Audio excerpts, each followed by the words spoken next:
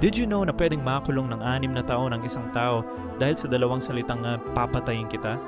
Ito ang nangyari sa isang kaso sa Pilipinas. Isang lalaki, galit na galit sa kapitbahay niya, nag-text ng papatayin kita sa gitna ng away.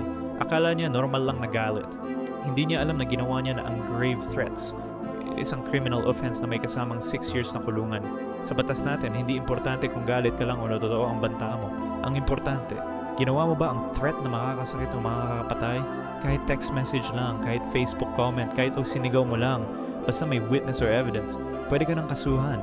Ang pinaka-dangerous part, hindi excuse ang hindi ko naman totoo or galit lang ako. Sa mata ng batas, threat is threat. Kaya next time na sobrang galit ka, mag-isip muna. 2 salita lang ang kailangan para masira ang buhay mo. Think before you type. Think before you speak. Kasi ang batas hindi tumatanggap ng sorry pagkatapos.